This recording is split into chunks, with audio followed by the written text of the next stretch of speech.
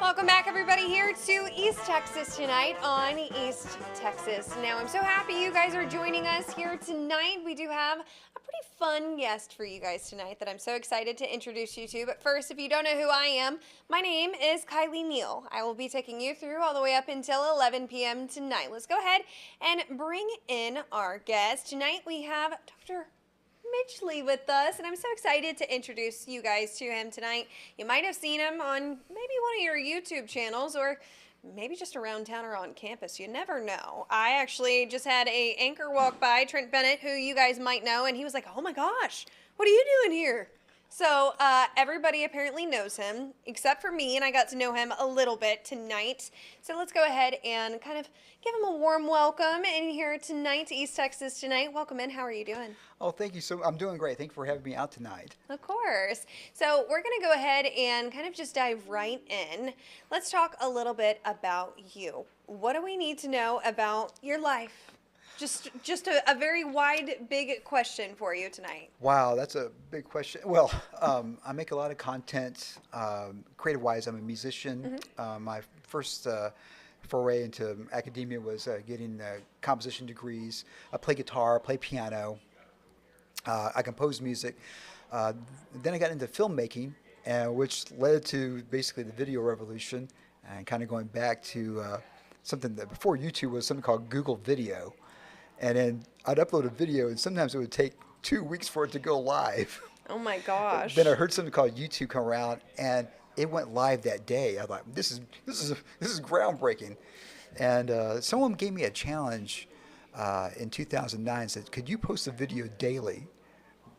And I thought, yeah. And so since 2009, I posted a YouTube video every single day. So yeah. Okay. Well, let's talk about your YouTube, because I did not know how many subscribers you had until I pulled it up. So tell me a little bit about creating your YouTube and where you're at now. You know, the one thing, when I first got started on YouTube in, I think it was like 2008 or 7, I got in there pretty early. There was no such thing as no one specifically was going on. I kind of take it back to like the first filmmaking. Like some of the first films is a sneeze, a train going by. If you look at the very first YouTube videos in 2008 and 9, a lot of them were just little nothings. Now you got these big productions that go on YouTube as well. And so basically, I think if I had to describe my channel, it became a vlog of things I do. So it could be a short film, it can be playing music, it could be teaching a composition lesson, it could be talking about a certain event, and so it's a little hodgepodge of everything. Food reviews, movie reviews, so a lot of things like that. Well, let's take a look here at one of your YouTube videos that you have up here, talking about being a filmmaker, if you would.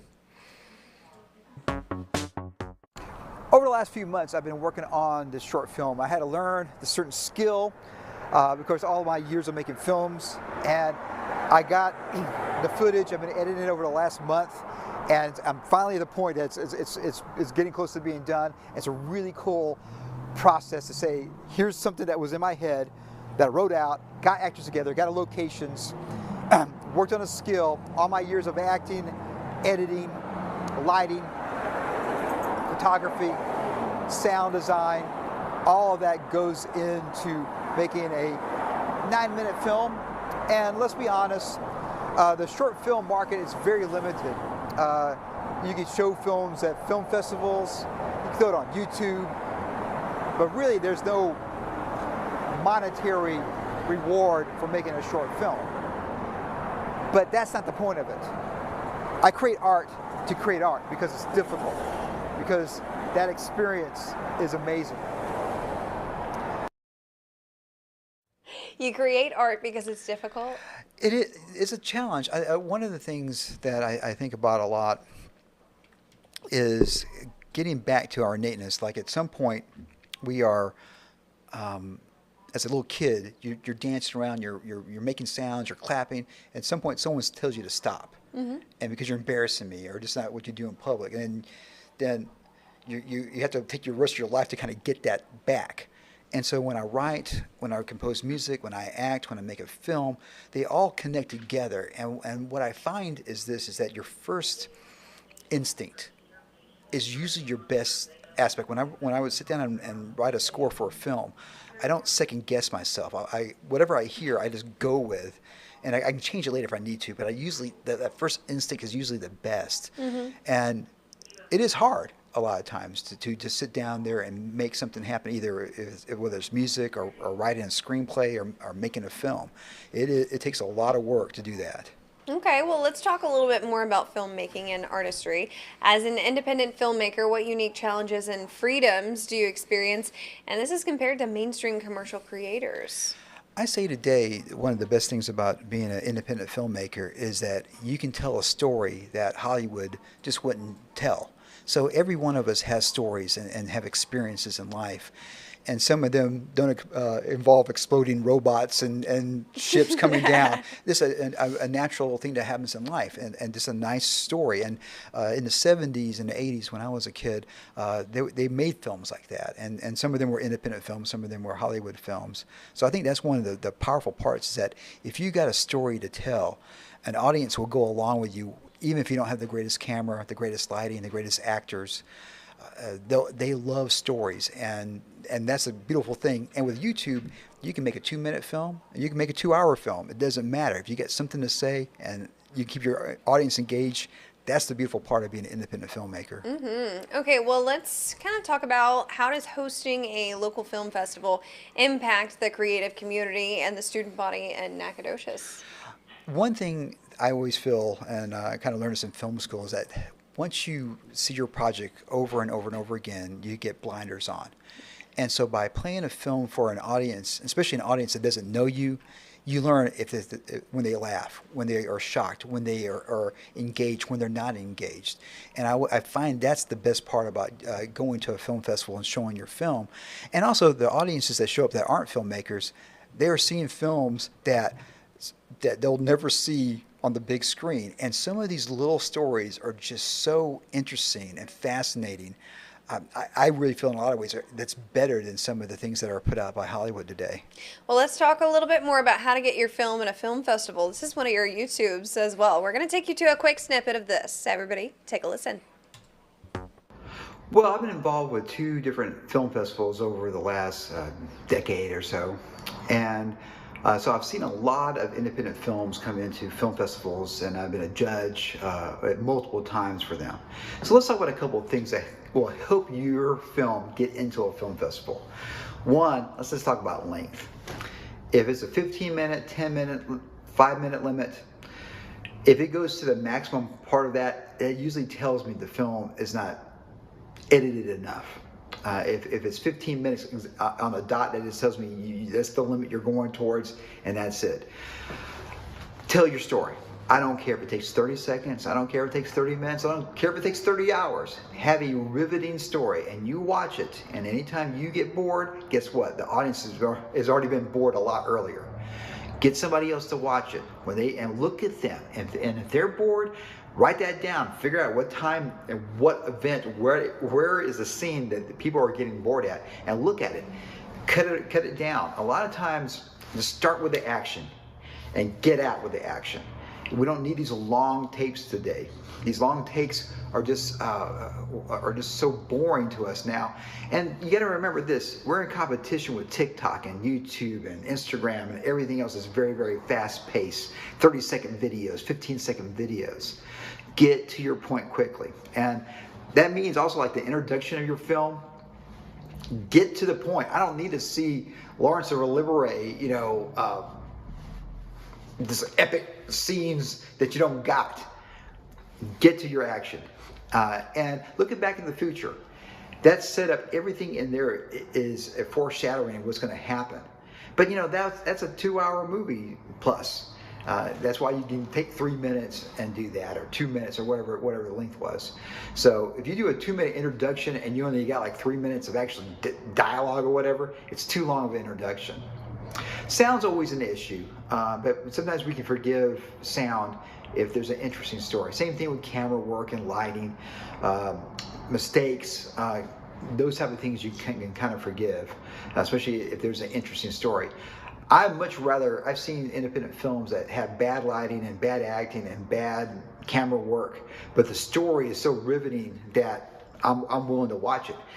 Vice versa, I've seen great camera shots and great depth of field and all this great cinematic looks, and there's no story there, and I don't even want to watch it. So same thing with special effects. I've seen some no special effects. It's amazing. I've seen special effects that are very primitive, and they're more. Well, Dr. Midgley, or should I call you just Herb? Herb's fine. Herb? Okay, all right. We're going to go with Herb for now. Let's talk a little bit more about what advice you have for emerging short filmmakers who are trying to get their work noticed in, a festival circuit. Because talking about filmmaking, trying to make it there, what advice do you have for those? I think the two big things is, one is make sure every scene is there for a reason.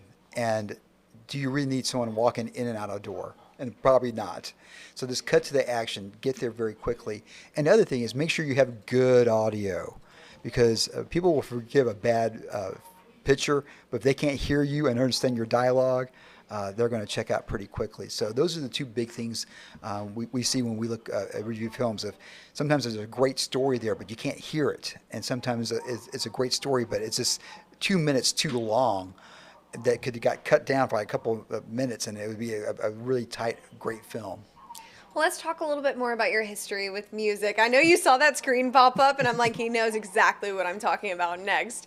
Let's kind of chat a little bit more about your background in music composition, influence, and visual pacing, editing, and soundscapes of your films. How does this help you in the long run? I'm glad that I studied music in my youth, because it just took so long. Practicing piano, I would spend sometimes 8 hours a day practicing piano. And a lot of times it was like 2 measures and just over and over and over again. And it's just something that just took a lot of time. Composition takes a lot of time. And so as the decades have gone on, I've gotten stronger in playing guitar and piano, playing other instruments. Recently, I picked up playing drums, a trap set. And my only regret is, like, I wish I would have done this 30 years ago, because I'm actually okay at it. I'm like, man, I could have been a pretty hotshot drummer. So, and playing a bass and playing all the rock instruments. But composition is really fun, and like I say, a lot of times for me, it just kind of hits me all at once. When I hear something, I just go along with it. And there's usually like an interval chord and a little bit of a melody that just comes in, and then the rest of it this comes out. And sometimes when I work for other filmmakers, they might like it. Sometimes they don't. That's fine. I'm gonna say, hey, this is what I'm hearing. If it works, great. If it doesn't work for you, that's cool too. But this is what I'm hearing. And when I make my own films, of course, I'm happy with it, because it's my film. So let's go ahead and take a quick listen here of your classical study and a major composition lesson. This one seems pretty cool. Well, it's already April Fool's Day. Can you believe that? This year is flying by. 2026 is flying by.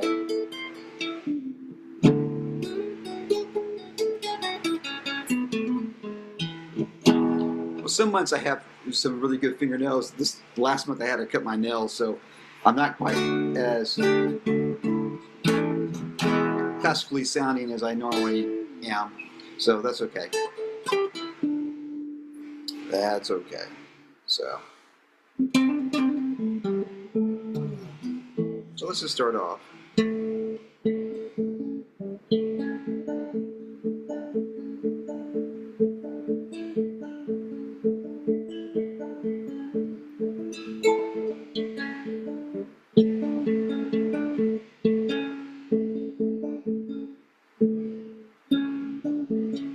All right, well, Herb, you got to tell me about this photo that I'm popping up right here. You are actually standing on the side of the road where we actually just watched a YouTube video. Looks like it's the same spot. yes, because I make films and I also do photography, that fire hydrant I use for manual lenses. So I have a lot of lenses that aren't automatic. So I need something to focus on so I can go stand in front of it and take a photo. So that fire hydrant is pretty famous in Nacogdoches for a lot of folks that have watched my videos, and they kind of know, hey, that's that fire hydrant right there. Well, you also, it looks like you do food reviews too. Food reviews. Oh my gosh. Okay, and most folks, you might know exactly where this one is at. Let's take you over here to Taco Bueno's Tex-Mex Beef Bowl Review. Take a listen. Hello, today I want to do a review of Taco Bueno's Mex-Tex beef platter.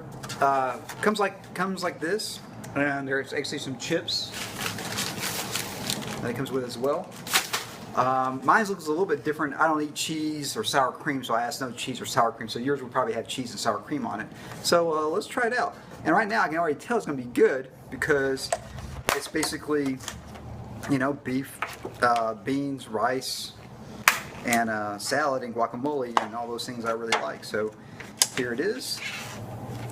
So let's try it out.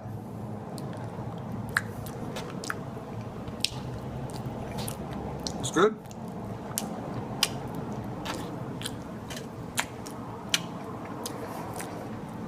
If you've ate at Taco Bueno before, ate any of their tacos, the meat's similar, the beans and rice, of course, are pretty much the same. Seems like a reasonably healthy meal. It's about $4 range, and I definitely have gone to restaurants and spent a lot more for less food. So I'm going to say this Tex-Mex beef bowl is a thumbs up. It's really good. So as always, rock and roll, and it does compute. Yeah.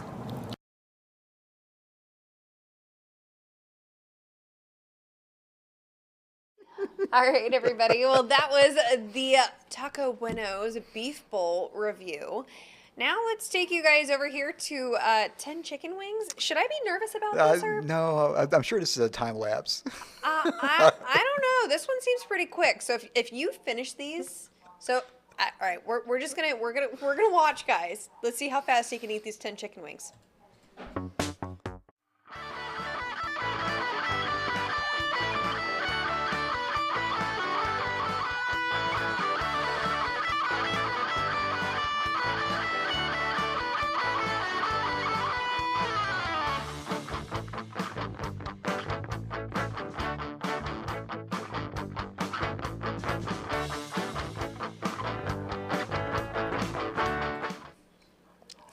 Herb, did you breathe? I know. There's no way. A time lapse is always fun. My gosh. Oh my gosh. And there's chicken, guys, there's chicken nuggets and french fries too. Take a look. That's McDonald's, right? Herb, do you breathe? Oh my god. This has to be the fastest review ever. You gotta tell me though, if you could eat those chicken nuggets and french fries right now, would they still be good? I think so. That's one thing about McDonald's. It's pretty much the same every time. How long ago was that, Herb? I think that one was in February. The other one was probably in the summer when I had a beard. Mm-hmm. For the films I make, I try to look different, and so I'm happily I can grow my hair out and my beard, and I can have a beard, a mustache, or facial hair, or be clean shaven, and I want a different look every time I do a film. Yeah. And so I grew out that beard twice for this one film I did. So I needed it for once, and then I needed to do it again. So yeah. Well, in between it all, you wear a lot of hats, Herb. I think we all kind of know that by now. But is there anything else that we should know before we go tonight? I'm trying to think anything else. I mean, the music, my content, and I would say this for anybody out there that wants to make content and wants to record their life. In a lot of aspects, I think my YouTube channel is one large art project. Mm-hmm. That sometimes art projects you can do in a day. Sometimes it might take 20 years to do an art project. It might. And so anybody out there that wants to make content, the cool thing is, like, you know, I got decades of stuff that I can look back and think, all right. And then I can remember things that I did, like, well, I guess I made a video on that, and then see that. So I think that's pretty awesome. Yeah, and so I've enjoyed teaching. I teach the history of rock and roll classes and jazz classes. I really enjoyed that in my career. So I've been very fortunate to have a really creative, fun career, and have time to be able to go out there and create and make some hopefully some great art out there. Yeah. Well, all right. Well, we will see you next time. And of course, you can watch him on YouTube as well. What is your name on YouTube? Everything I have is Herbert Midgley. You can do a search for. If you do this, midgleyfilm.com will take you to my YouTube channel, and then you can go find my TikTok channel as well and Instagram channel. So I am not hard to find online. All right. We'll catch you next.